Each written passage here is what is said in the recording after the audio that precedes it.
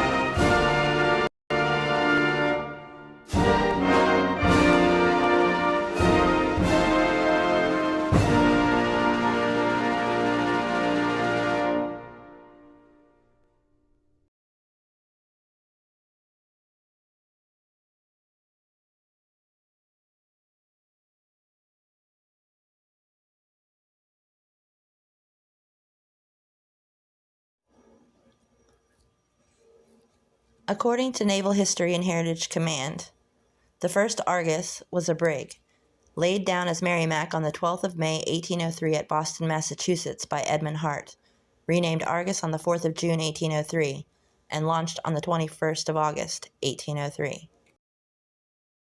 Though no document recording the date of her commissioning has been found, Argus set sail from Boston on the 8th of September, 1803. She put into Newport on the 18th in some unspecified state of distress and remained there for 10 days. The brig returned to sea on the 28th, set a course for the Mediterranean Sea, and arrived at Gibraltar on the 1st of November. There, her first commanding officer, Lieutenant Stephen Decatur, relinquished command to Lieutenant Isaac Hull and assumed command of Hull's former ship, Enterprise. She made a brief cruise to the east and then returned to Gibraltar to watch the Moroccans while the rest of Commodore Preble's squadron sailed east to blockade Tripoli. During the early part of 1804, she cruised the western Mediterranean in an unsuccessful search for a Tripolitan cruiser, reportedly operating in that area. In March 1804, she received orders to join the rest of the squadron off Tripoli. She arrived at Tripoli in company with Constitution and Enterprise on the 19th of June, but left the blockade late in the month to join a neutral ship at Syracuse and escort her back to Tripoli with supplies for the captive officers and crew of the frigate Philadelphia, which had been taken by the Tripolitans after she had run aground on an uncharted reef off that port the previous October. Argus resumed her blockade duties on the 7th of July. At that point, Preble began preparations to chastise the Tripolitans with a shore bombardment. Heavy weather, however, postponed the action until early August. On the 3rd of August, the squadron moved in to provide long-range support for the gunboats and mortar boats actually engaged in the bombardment. The bombardment was considerably less damaging to the offensive works protecting Tripoli than hoped for, though the American gunboat crews boarded and carried several of the Tripolitan vessels sent out to engage them. The squadron conducted another ineffectual bombardment of Tripoli on the 7th, and 2 days later, Commodore Preble embarked in Argus to reconnoiter Tripoli harbor. During that mission, shore batteries fired upon the brig, and she was struck below the waterline by a single shot. Fortunately, the shot did not pass all the way through her hull. She remained on station off Tripoli following the attack. On the 28th of August, the squadron conducted a third bombardment of the defense of Tripoli, in which its guns inflicted severe damage. A week later, on the night of the 4th of September, Argus was among the ships that escorted the ill-fated fire ship Intrepid to the entrance of Tripoli harbor. When Intrepid blew up prematurely, Argus remained there to pick up survivors. but none had appeared by sunrise when she mournfully returned to her blockade station. Through the winter of 1804 and 1805, the brig alternated between blockade duty off Tripoli and periods in port at Malta and Syracuse. In the spring of 1805, Argus participated in one of the more celebrated episodes of American naval history, the capture of Derna. During the preceding months, she had made several voyages to Egypt in support of Consul Eaton's efforts to raise a force of men to take Derna in conjunction with the deposed, but rightful, Pasha. After a march of over 600 miles across the desert in what is now known as Libya, the polyglot army, there were only 10 Americans in the whole force, arrived at Derna on the 25th of April, 1805. Argus had met the army a day or two earlier at the Bay of Bamba to provide provisions. Now she made preparations to provide bombardment assistance for the landward assault. The, quote, American force launched its attack on the 27th. Argus and Nautilus anchored about half a mile to the eastward of the fortifications. The Tripolitans opened fire almost immediately upon Argus and upon Hornet, anchored quite a bit nearer than her two consorts.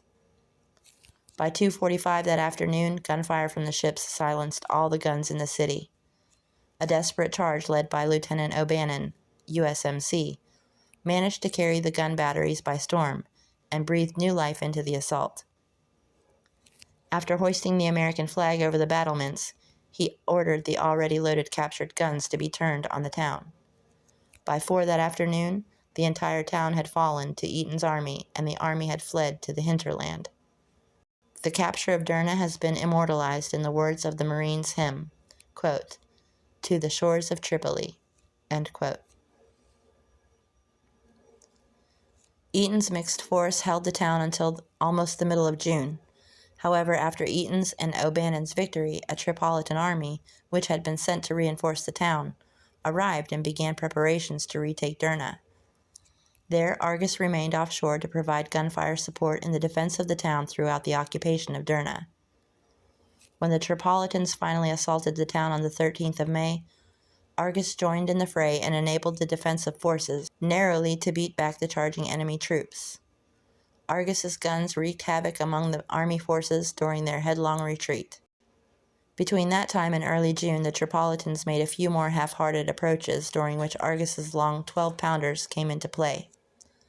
However, things remained relatively quiet, for negotiations with the Pasha in power were already underway. On the 11th of June, orders arrived to evacuate Derna as negotiations had been concluded.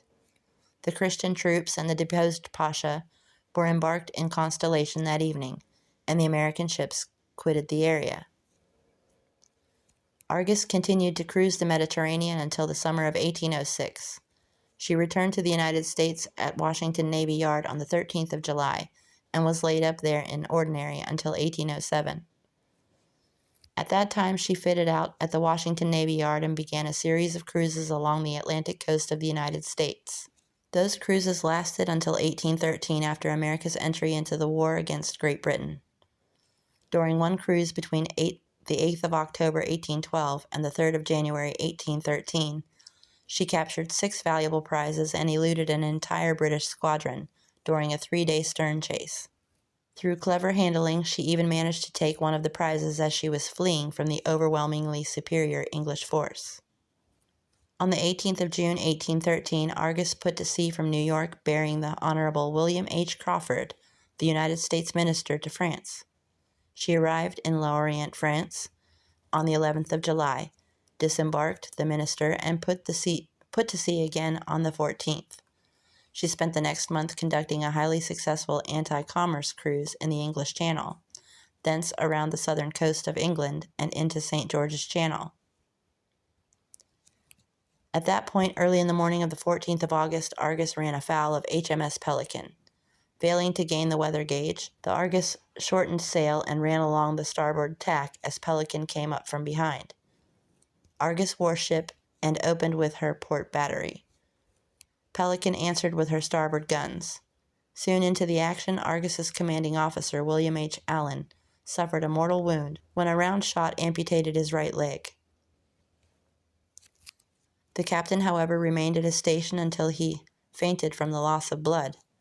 Pelican's gunfire did fierce damage to Argus's rigging. Within 15 minutes, Argus was unmanageable for all practical purposes, and Pelican raked her at will. At 6:45, the British ship was in position to board, but as her seamen began to storm on board, Argus struck her colors. During the 45-minute action, Argus lost 10 men killed, including her captain, and 13 wounded.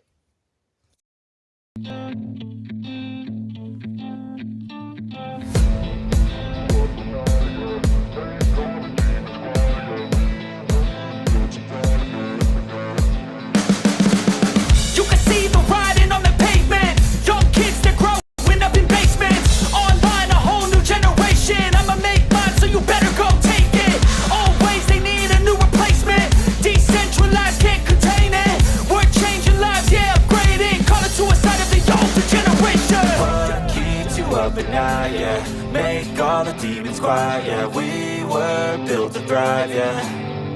I think that we've all had enough. What keeps you up at night, yeah. Make all the demons quiet, yeah. We were built to thrive, yeah. I think that we've all had enough, yeah. I think that we've all had enough. Sick of dealing with the old plan. They know that we're calling it wrong. You got me like, oh yeah. I think that we've all had enough.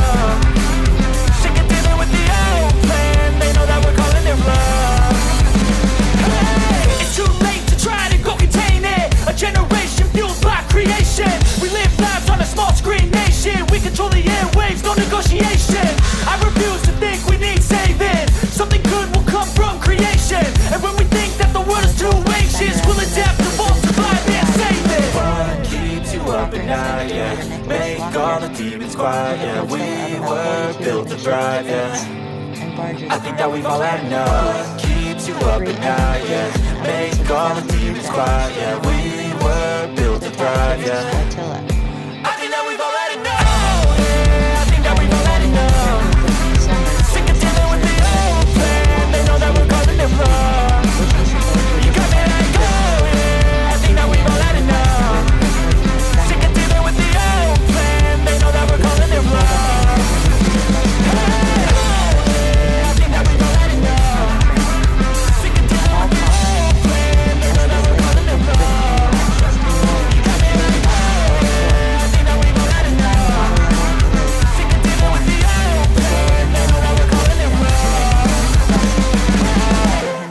The approaching British boats.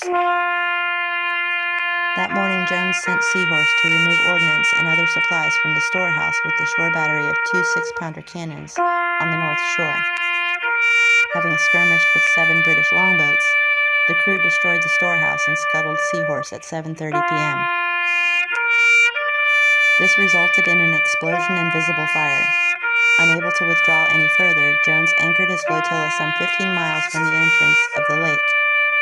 Lockyer's force could not advance in striking range due to the low tide, opposing currents and adverse winds until the morning of the 14th of December, when conditions became more favorable. At 9:30 a.m. on the 14th of December, Lockyer's longboats first attacked the Alligator, which had fallen behind the rest of the American flotilla to the southward and eastward.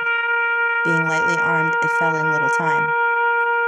The remainder of the British flotilla now formed a long line at 10 a.m. in cannon range of the gunboats. At 10:39,